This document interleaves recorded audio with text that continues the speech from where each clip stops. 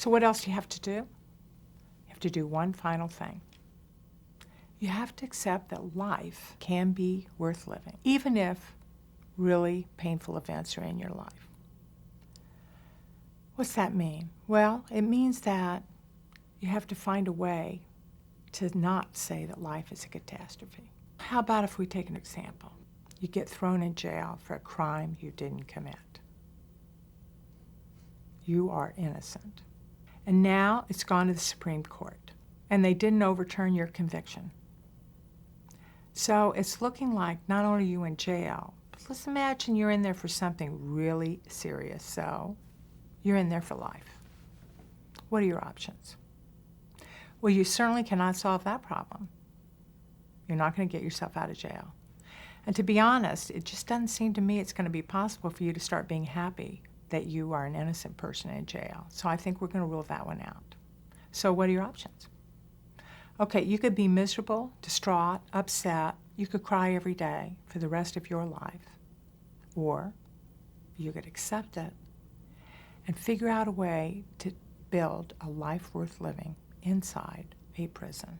To go from unendurable agony to endurable pain. You're going to have to accept that you can build a life. Because if you don't accept it, what will happen? You're not going to build a life. And building a life worth living actually takes a fair amount of work. Believing that you can't do it makes it almost impossible. Believing that you can do it makes it a lot easier. So the chances are a lot higher that you'll actually do it. You'll build a life worth living. So what gets in the way of radical acceptance? Lots of things do. The most common thing that gets in the way is the belief that if you radically accept, that means you're approving, you're going to be passive, you're resigned. People I've worked with, they almost always say this. They say, "What are you talking about? Me radically accept? I thought you were trying to teach me to stand up for myself. How could I do that if I radically accept it?"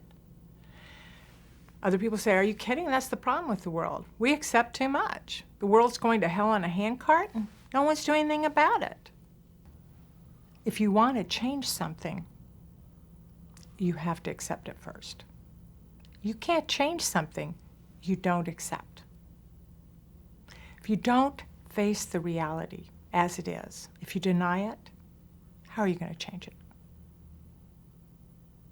If you think there's no cause, that it's just happening magically or fate or luck, how are you going to change it? So, acceptance is required. Don't believe me, huh? All right, I'll give you an example. Imagine the following. You're a person who's buying a new house, and you finally found the house of your dreams. There's only one problem with the house. It's purple, and you hate the color purple. So you say when you buy, you say, "All right, I'll pay you this much money," and you get it signed, sealed, delivered. When you get to that house, it is not going to be purple. Fine. The big day comes, so exciting. You get your keys, you go to the house. Not only is the house still purple, but the owners have moved, and you don't even know where they are. All right, who do you think would get that house changed the fastest?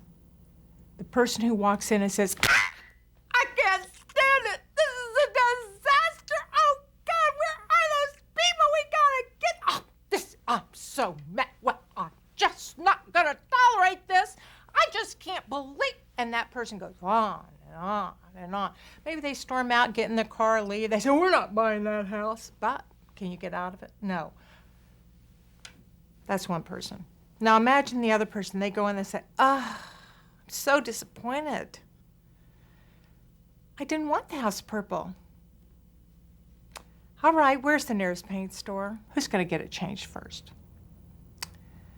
The person who accepted that the walls were purple, or the person who threw a tantrum? What do you think?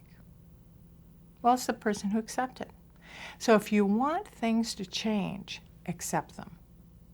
Then change them. Because when we talk about accepting reality as it is, we're not saying accept reality as it is and believe it can never change. Reality is always changing.